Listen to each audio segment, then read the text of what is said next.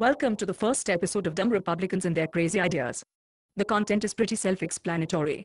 To explain why this show was created, we are going to look at all the wonderful things Republicans have said and done over the last few weeks.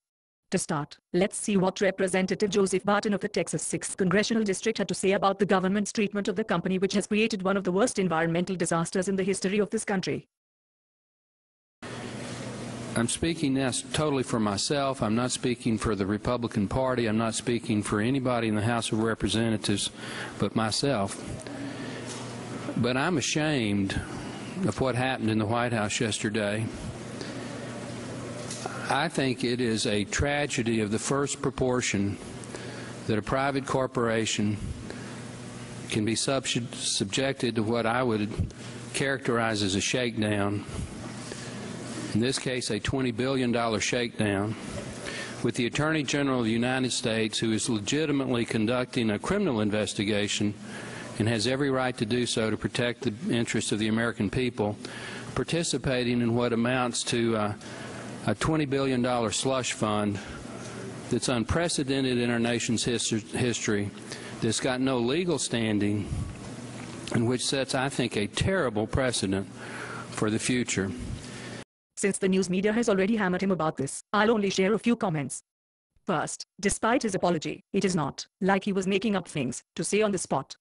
He and his staff prepared his remarks beforehand, which means he's either a complete fucking idiot for not reading through his speech, or he actually meant what he said, and his later retraction was not sincere. Which do you think is more likely? Second, a shakedown? Are you truly serious? Perhaps the government should wait for the courts to handle this, and they can decide how much money BP owes. The people of the Gulf might actually see their claims paid in about 10 years.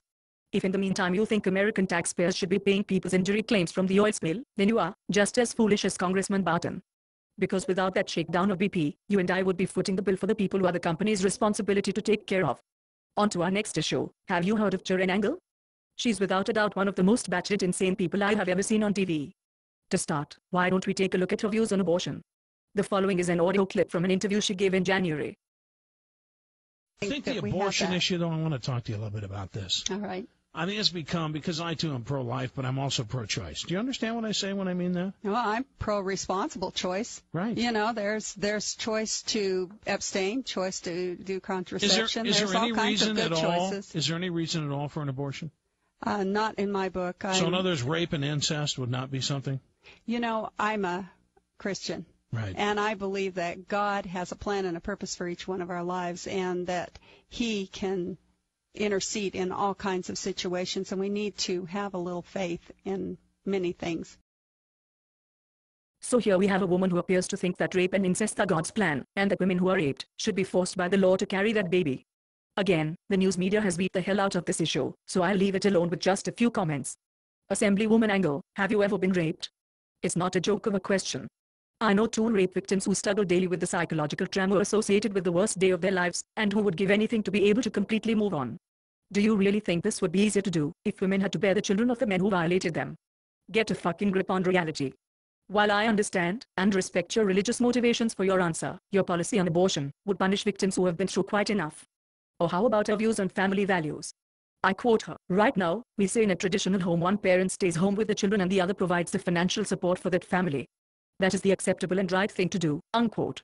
Sorry honey, Assemblywoman Angle thinks you should quit your job and spend more time in the kitchen or with the kids. This is a woman who thinks that the solution to the energy crisis is to deregulate the oil companies. I quote her, "We have oil reserves and petroleum reserves that we should tap into. And that's a policy that we really need to look at as a nation.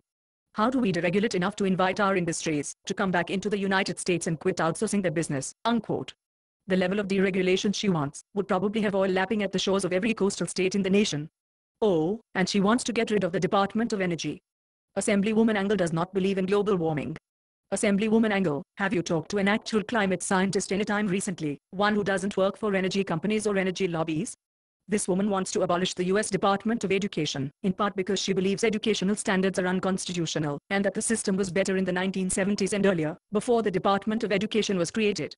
Yes, because the public educational system prior to 1979 totally worked so well for the people in this country who weren't white. Assemblywoman Angle has reiterated the isolationist arguments of the 1930s and 1950s and since, and has proposed the U.S. withdrawing from the United Nations. I'm not even going to go there.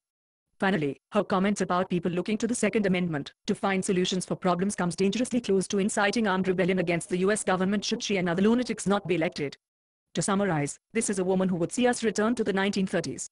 And what was the thing dumb Republicans did? Nevada Republicans picked this woman with crazy ideas to run against Harry Reid for his US Senate seat. God help us if she wins.